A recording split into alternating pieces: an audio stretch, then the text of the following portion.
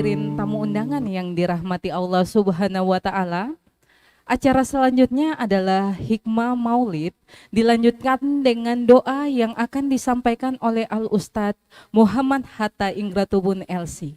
Kepada Al-Ustadz, disilakan. A'udzu billahi minasyaitonir rajim. Bismillahirrahmanirrahim. Assalamualaikum warahmatullahi wabarakatuh.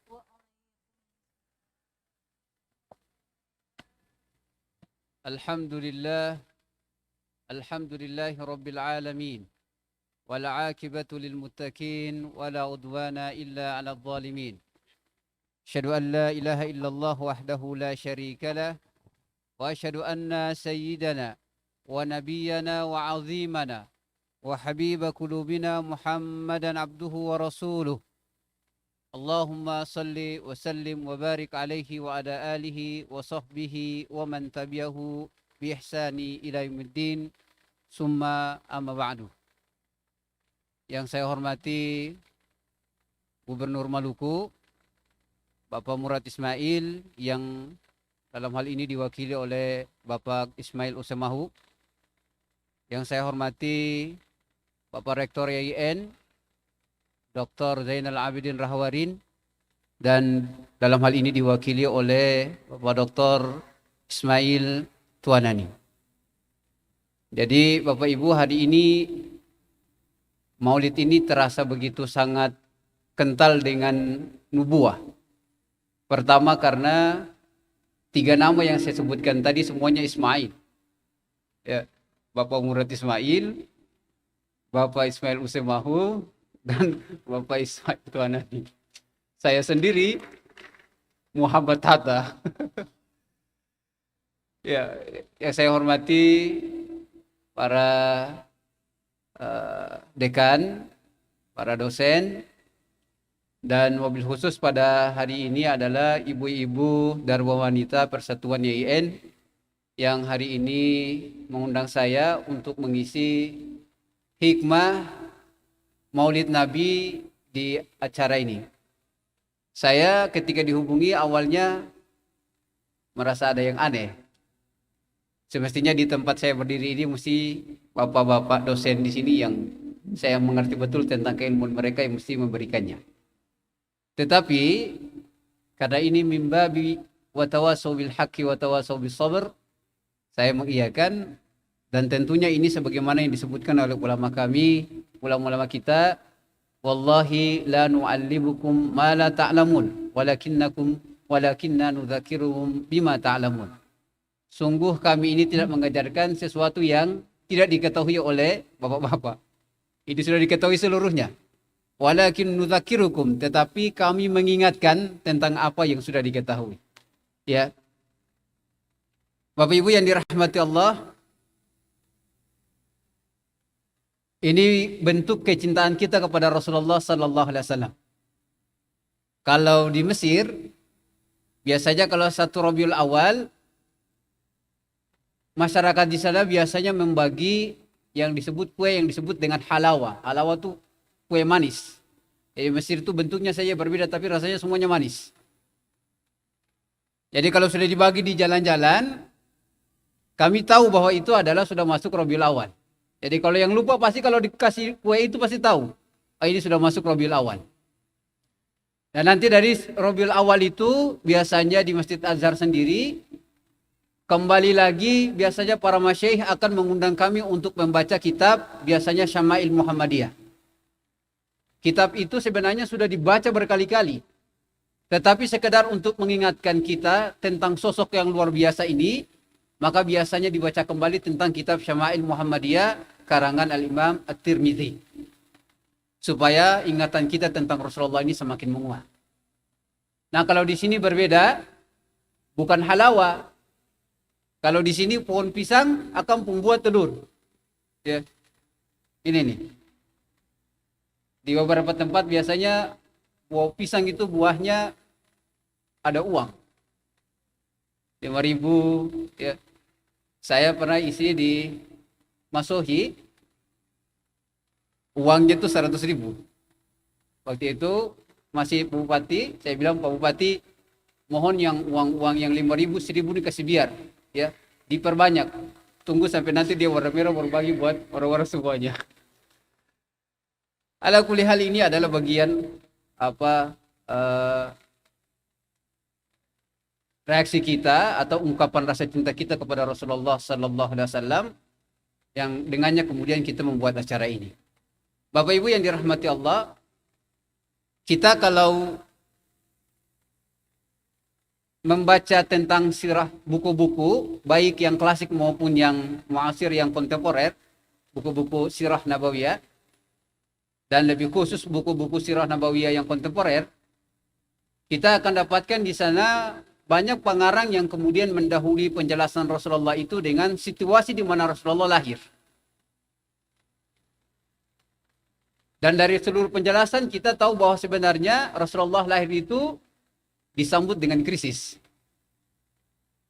Jadi dijelaskan misalnya krisis moral, ya, krisis moral yang terjadi saat itu dengan seluruh permasalahannya, termasuk sosial politik, bahkan misalkan secara geopolitik pun demikian. Kita dapati dua negara adidaya besar saat itu, Persia dan Romawi, yang jika dibilang ya tidak berlebihan kita menyebutkan bahwa mereka menghabiskan banyak sumber daya dan dibuang begitu saja, sekedar untuk menguatkan hegemoni masing-masing. Dalam situasi krisis inilah, maka Allah Subhanahu wa taala mengirim Rasulullah sallallahu alaihi wasallam. Dan itu pun kelahiran Rasulullah SAW diawali dengan penyerangan Abraha kepada mereka yang tinggal di Makkah. Dan saat itu orang-orang di Makkah belum mengetahui korelasi di antara di mana Rasulullah SAW lahir, lalu kemudian penyerangan Abraha itu, lalu seterusnya apa yang terjadi. Mereka akan paham setelah 40 tahun setelah itu, di mana Rasulullah SAW diangkat sebagai seorang nabi dan rasul. Karenanya Bapak Ibu dirahmati Allah, kadang-kadang krisis itu tidak bermakna sesuatu yang buruk buat kita, tapi dia bisa bermakna baik. Bahwa krisis itu bisa saja adalah fajar yang baru untuk sebuah hari yang baik. Dan kelahiran Rasulullah SAW itu adalah fajar bagi sebuah hari yang cerah. Lalu dalam proses Rasulullah SAW kemudian lahir, lalu sampai ke beliau diangkat menjadi seorang Rasul dan 23 tahun, kita akan dapati Rasulullah SAW menjelaskan 3 hal. Melakukan 3 hal. Lalu kemudian kita lihat sampai sekarang ini, Islam begitu sangat luar biasa. Perubahan kepada kaum yang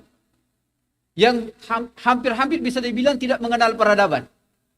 Kalau Khalid bin Walid bilang, kami ini kalau di dalam Makkah suku Quraisy, kami salam berbangga-bangga.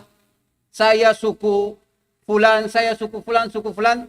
Tapi kalau mereka pergi ke Suriah, ke Damaskus, mereka akan diam karena berhadapan dengan orang Romawi. Jadi saking kita melihat mentalitas mereka itu sangat tidak bisa diindikan sekali. Tidak bisa diharapkan sebagai satu kekuatan baru untuk kemudian mewarnai dunia. Dan Rasulullah SAW dalam 23 tahun itu Rasulullah membangun 3 hal. Tapi yang akan saya jelaskan cuma hal pertama. Yang pertama adalah Rasulullah membangun manusia. Yang kedua adalah negara. Yang ketiga adalah peradaban. Negara dan peradaban ini ditandai ketika Rasulullah merubah tempat di mana Rasulullah berhijrah yang sebelumnya bernama Yasrib dan dirubah menjadi Madinatul Munawwarah. Dan akhir dari yang ketiga peradaban itu di mana Rasulullah menyebutkan dalam hadisnya, la yablughanna hadzal din ma balagal laili wan nahar. Bahwa agama ini akan sampai di seluruh pelosok dunia ini kapan di mana siang dan malam mendapati tempat itu. Tapi Bapak Ibu yang dirahmati Allah, para dosen yang saya hormati, 2 hal ini hanya akan bisa dilakukan oleh Rasulullah SAW kecuali kalau hal pertama diselesaikan oleh beliau, yaitu persoalan manusia. Dan ini lagi-lagi Bapak Ibu, Rasulullah SAW menegaskan dalam hadisnya, Aisyah radhiyallahu anha menegaskan dalam penjelasannya, kata beliau, kalau seandainya hal pertama yang turun dalam Islam ini adalah hal-hal yang berkaitan dengan jangan minum khamar, jangan mabuk dan lain sebagainya, maka kata Aisyah radhiyallahu anha, manusia saat itu tidak akan ingin untuk mengikuti Islam. Tetapi yang pertama adalah hal-hal yang berkaitan dengan keyakinan akidah. Hal-hal yang berkaitan dengan akhlak, hingga kemudian ketika jiwa ini telah bersih, maka perintah Rasulullah SAW, perintah Allah itu dijalankan dengan baik seluruhnya. Kita sama-sama ya tahu bahwa bagaimana proses Rasulullah SAW mengharamkan khamar. Itu prosesnya detail sekali itu. Dari awal disinggung biasa saja sampai pada tingkat yang paling terakhir ketika hampir seluruh sahabat itu semuanya jiwanya sudah dibersihkan oleh Rasulullah sallallahu alaihi wasallam, barulah kemudian disebutkan tentang khamar ini, ya ayyuhalladzina amanu jtanibu katsir dan seterusnya. Lalu disebutkan al-maisir dan seterusnya. Khamar ini menjadi sesuatu yang mesti dijauhi. Jadi, Bapak Ibu dirahmati Allah, untuk bagian pertama ini ada banyak ayat yang menjelaskan. Kata Allah SWT, "Huwallazi ba'atsa fil ummiyina rasulan min anfusikum." Allah SWT yang mengutus kepada kalian seorang rasul. Pekerjaan Rasulullah adalah apa? Yuzakkikum, yu'allimukumul kitab wa yuzakkikum. Jadi Rasulullah SAW mengajarkan kepada kita tentang kitab, hikmah. Sekaligus Rasulullah melakukan satu pekerjaan yang tidak gampang, yaitu mentazkiyah atau membersihkan jiwa. Bapak Ibu dirahmati Allah, dan saya yakin betul para dosen semuanya memahami, proses transfer ilmu itu sesuatu yang lain, dan mengubahnya menjadi nilai atau value itu sesuatu yang lain lagi. Dan hal yang paling sulit itu adalah merubah pengetahuan ini menjadi value atau karakter pada seseorang. Dan itu adalah pekerjaan Rasulullah sallallahu alaihi wasallam. Jadi kalau transfer ilmu, saya kira insya Allah hari ini anak-anak paling banyak sekali untuk bisa. Ada YouTube dan lain sebagainya, tetapi proses merubah ilmu itu, pengetahuan itu menjadi nilai adalah sesuatu yang tidak gampang. Dan Rasulullah SAW melakukan hal demikian. Rasulullah SAW dikabarkan oleh Allah SWT dalam Al-Quran untuk persoalan merubah ini, Allah sampai mengatakan kepada Rasulullah, la'allaka bakhi'un nafsaka. Hampir-hampir engkau, wahai kekasihku, engkau akan membinasakan dirimu sekedar untuk mentazkiyah, membersihkan orang-orang, lalu membuat mereka beriman kepada Allah Azza wa Jalla. Jadi Rasulullah membebani dirinya lebih daripada apa yang Allah minta. Padahal Allah minta cuma wa ma'alaika illal balag, sekedar untuk menyampaikan apa yang Allah SWT wahyukan kepada beliau. Bapak Ibu dirahmati Allah, dalam situasi krisis inilah Allah menghadirkan Rasulullah dengan seluruh hal-hal yang memungkinkan merubah situasi itu. Dan kita hari ini juga untuk merubah situasi krisis yang kita hadapi ini, kita butuh kembali untuk mencintai Rasulullah dan mengikuti apa yang Rasulullah SAW tinggalkan kepada kita. Mengapa tidak kita mengikuti Rasulullah? Pertama, Allah Subhanahu wa taala membersihkan beliau dengan mengatakan, Allah bilang tentang beliau bahwa beliau tidak akan pernah sesat. Kata Allah, "Wan najmi idza hawa ma dhalla sahibukum wa ma ghawa." Allah bersihkan beliau dari sisi lisan beliau dengan mengatakan, "Wa ma yantiqu anil hawa." Allah bersihkan Rasulullah dari dada beliau dengan mengatakan, "Alam nashrah laka sadrak." Bahkan Allah angkat nama beliau supaya tidak ada nama lagi yang lain yang lebih daripada Rasulullah sallallahu alaihi wasallam. Lalu Allah mengatakan, "Wa rafa'na laka dzikra." Dan yang terakhir Rasulullah sallallahu alaihi wasallam kemudian dikumpulkan seluruhnya, seluruh akhlak itu. Lalu kemudian Allah bilang dalam surat Al-Qalam, "Wa innaka la'ala khuluqin azim." Dari kesemua itu, untuk menegaskan tentang kedudukan Rasulullah SAW di sisi Allah Azza wa Jalla, maka Allah mengatakan, "Innallaha wa malaikatahu yusalluna 'alan nabi ya ayyuhalladzina amanu sallu 'alaihi wa sallimu taslima." Allahumma salli wa sallim. Ayat ini Allah mengabarkan kepada kita bahwa Allah dan seluruh penduduk langit, para malaikat, mereka bersalawat kepada Rasulullah SAW. Lalu Allah meminta kepada penduduk bumi untuk mereka bersalawat kepada Rasul. Salah seorang ulama mengatakan, "La ya'rifu qadran Nabi sallallahu alaihi wasallam illallah." Dan karenanya tidak ada yang mampu untuk mengetahui kadarnya Rasulullah sallallahu alaihi wasallam kecuali Allah Azza wa Jalla melalui ayat ini. Jadi seberapapun kita ini berbicara tentang Rasulullah, tidak akan pernah bisa untuk memenuhi hak Rasulullah sallallahu alaihi wasallam yang sebenarnya. Karena kedudukan beliau yang sangat luar biasa. Tidak ada satu nabi pun yang bertemu langsung dengan Allah Azza wa Jalla kecuali Rasul. Yang ada cuma bisa bicara dengan Allah. Tetapi Rasulullah SAW diundang dan melihat Allah Azza wa Jalla, dan peristiwa ini sebagaimana yang sudah kita ketahui dijelaskan dalam surat An-Najm. Bapak Ibu dirahmati Allah, jadi proses untuk membentuk manusia ini yang menjadi concern Rasulullah SAW pertama. Dan beliau sendiri mengatakan, innama bu'istu liutammima makarimal akhlak. Lalu Rasulullah SAW mendesain apa-apa saja yang memungkinkan untuk membersihkan jiwa ini. Maka Allah Azza wa Jalla mengajarkan kepada Rasul tentang sarana atau wasilah yang bisa membuat mereka menjadi bersih. Dan sarana itu adalah ibadah-ibadah yang Allah Subhanahu wa Ta'ala berikan kepada kita. Salat, puasa, zakat, haji, dia bukan tujuan pada zatnya. Dia hanya sekedar sebagai wasilah untuk membersihkan jiwa, tapi tujuannya adalah untuk Allah Subhanahu wa Ta'ala. Dengan desain dari sisi fikihnya, lalu kemudian dikolaborasikan dengan sisi tazkiyah atau yang kemudian biasa kita sebut dengan tasawuf. Kedua hal ini kalau digabungkan, dikolaborasikan, lalu kemudian akan sangat memungkinkan menghasilkan manusia-manusia yang unggul.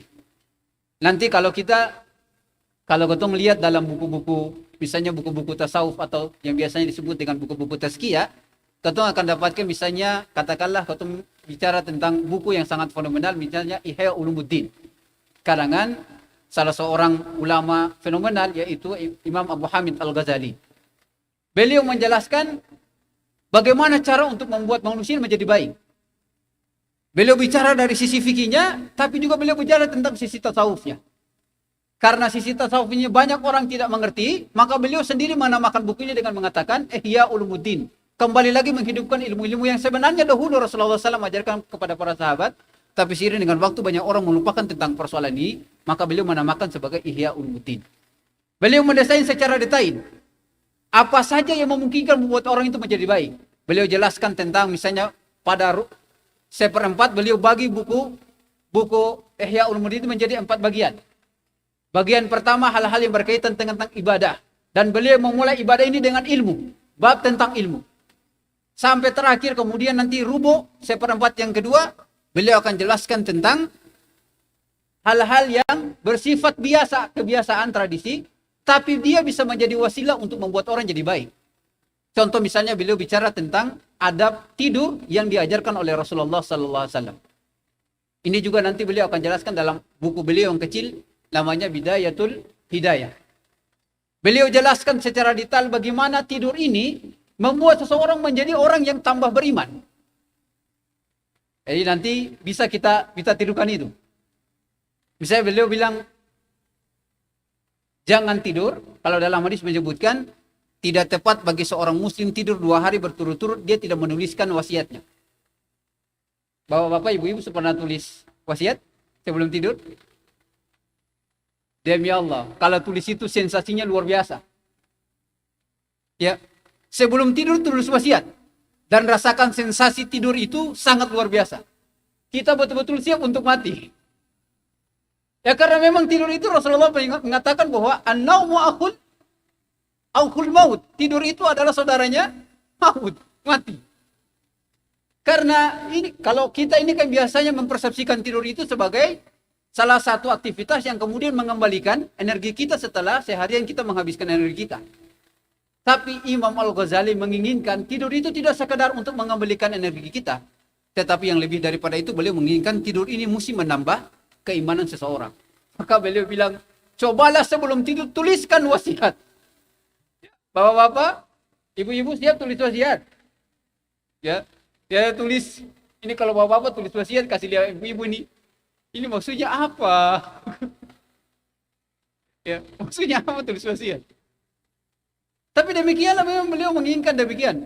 Supaya perasaan tidur itu, sensasi tidurnya itu berbeda sekali. Nanti berikutnya baru beliau jelaskan tentang doanya dan lain sebagainya. Setelah bangun tidur, ini saya ringkas saja nih. Setelah bangun tidur, beliau menyebutkan fa'idzis tata'ata. Ini beliau jelaskan dalam kitab Bidayatul Hidayah.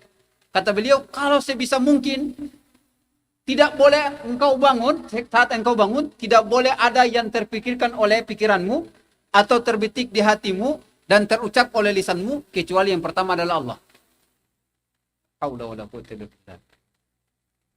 Sebagian ahli hukum menyebutkan ya hari kita itu ditentukan di apa yang pertama kita pikirkan saat kita bangun.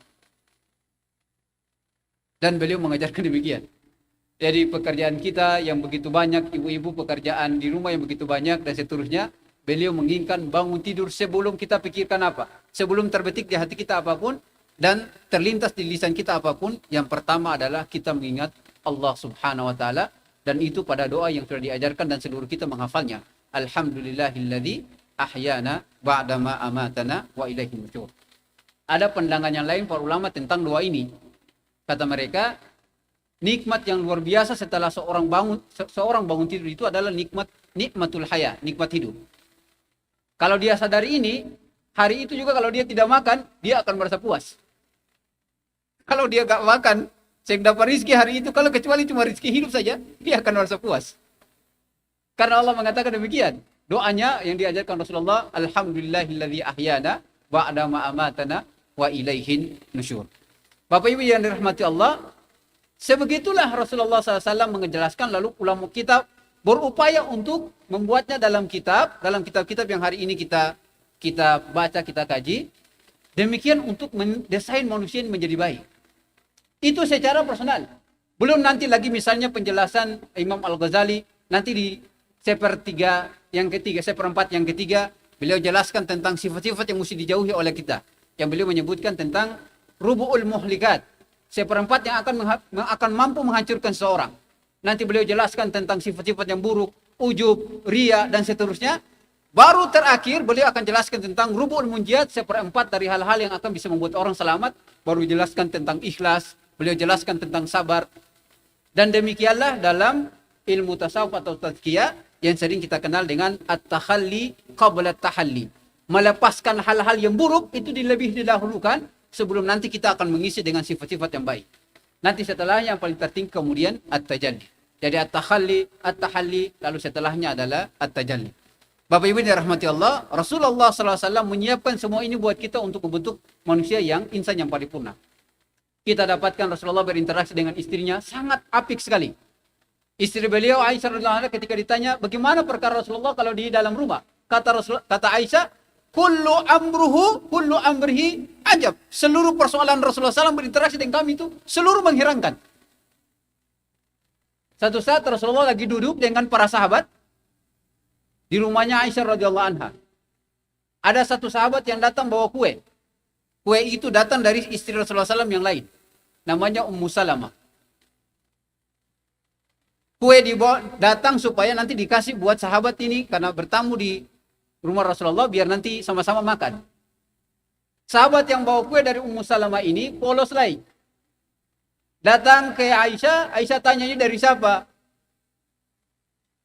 Sahabat polos bilang ini dari Ummu Salamah. Ya sudah, orang cemburu. Beliau pukul, bikin satu gerakan di hadapan para sahabat.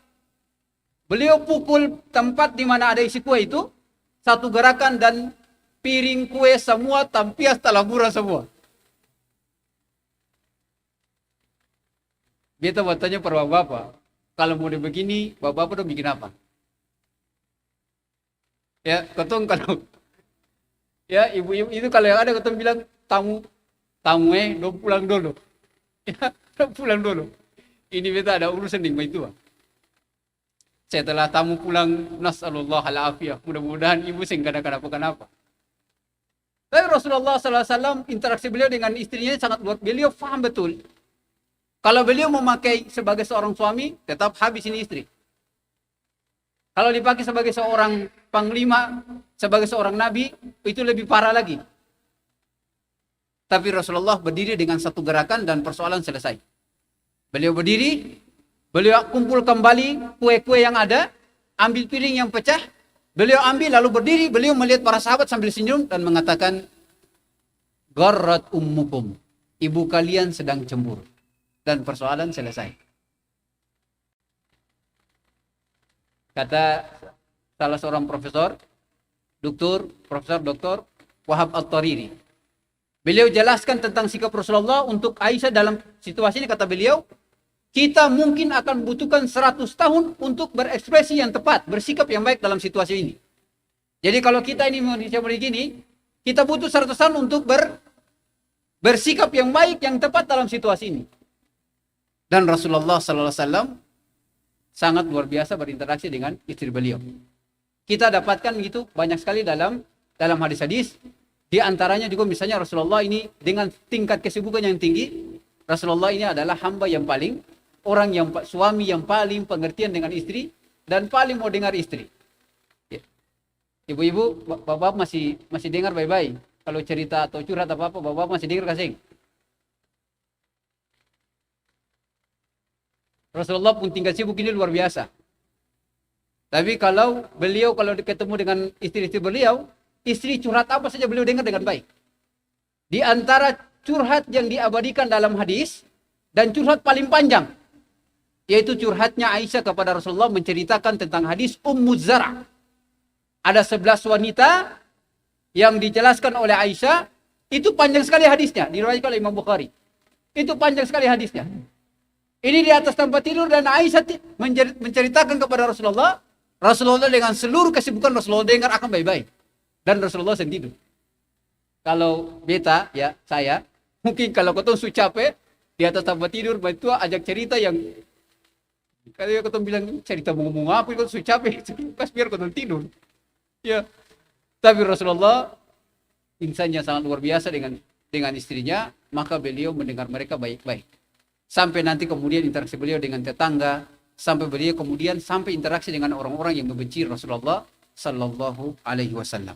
Bapak Ibu yang dirahmati Allah, karenanya di Maulid Nabi ini yang paling terpenting bagi kita pada saat ini adalah kita ingin mengambil inspirasi yang ada pada sirah Rasulullah SAW, kehidupan Rasulullah SAW, untuk menyelesaikan krisis atau problem yang ada yang terjadi pada kehidupan kita ini. Dan semua krisis itu hanya bisa akan terselesaikan kecuali ketika setiap kita menyelesaikan diri kita sendiri. Dan ini sebagaimana yang kita tahu sama-sama bahwa musuh yang paling terberat itulah diri kita ini. Dan Rasulullah mengajarkan bagaimana berinteraksi dengan jiwa kita, hingga ketika dia sudah baik, sudah menjadi sempurna, maka problem-problem setelahnya, mengurus negara, kemudian sampai mengurus dunia pun akan menjadi baik ketika jiwa ini menjadi baik. Saya tutup dengan hadis Rasulullah sallallahu alaihi wasallam tentang persoalan manusia ini. Kata Rasulullah, ala fil jasadi mudghah. Ketahuilah bahwa pada diri manusia ini ada segumpal daging. Idza saluhat saluhal jasadu kullu. Jika dia baik, seluruhnya akan baik. Fa idza fasadat, tapi jika dia rusak, maka seluruhnya akan rusak. Ala wahyal qalb. Ketahuilah yang dimaksudkan oleh Rasulullah itu adalah hati kita. Nasallallahu, Bapak Ibu dirahmati Allah, kita singkat panjang-panjang lagi. Ini ibu-ibu dong sebagai kipas panas-panas nih. Su capek. Saya cukupkan, nanti berikutnya insyaallah para dosen, para dokter di sini akan menjelaskan secara detail. Ini cuma ketong ilmu apa adanya saja ya. Mari kita tutup agenda kita Maulid Nabi ini dengan sama-sama berdoa. Mudah-mudahan Allah Subhanahu wa taala berikan kejernihan jiwa kita. Allah Subhanahu wa taala menjadikan kita hamba-hamba yang bertakwa dan juga generasi kita. Ala hadirin wa ala kulli niyatin salihah. Al-Fatihah. Alhamdulillah.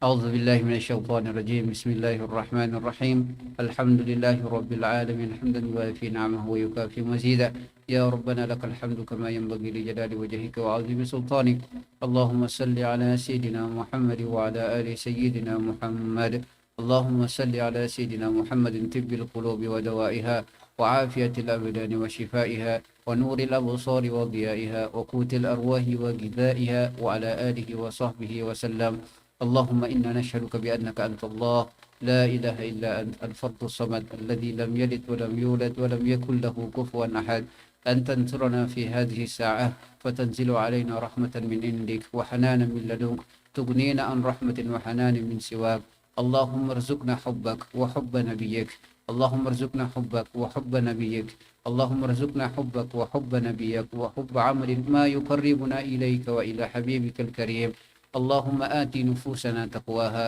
وزكها أنت خير من زكاها أنت وليها ومولاها اللهم إنا نسألك نفسا مطمئنة تؤمن بلقائك وترضى بقضائك وتقنع بعطائك يا ذا الجلال والإكرام ربنا هب لنا من أزواجنا وذرياتنا قرة أعين واجعلنا للمتقين إماما ربنا آتنا في الدنيا حسنة وفي الآخرة حسنة وقنا عذاب النار وصلى الله على سيدنا محمد وعلى آله وصحبه وسلم والحمد لله رب العالمين أقول قولي هذا واستغفر الله السلام عليكم ورحمة الله وبركاته.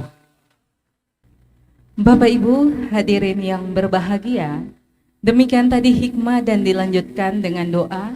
Semoga kita semua dapat mengamalkannya dalam kehidupan sehari-hari. Amin, amin ya robbal alamin.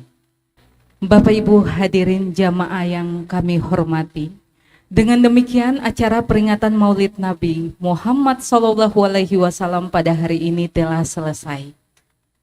Atas nama panitia kami mengucapkan terima kasih atas kehadiran Bapak Ibu hadirin. Mohon maaf apabila ada hal-hal yang kurang berkenaan selama kegiatan berlangsung. Saya Susi Hardila Latukonsina selaku pewara hari ini mohon undur diri dan terima kasih. Wabillahi taufiq wal hidayah. Wassalamualaikum warahmatullahi wabarakatuh.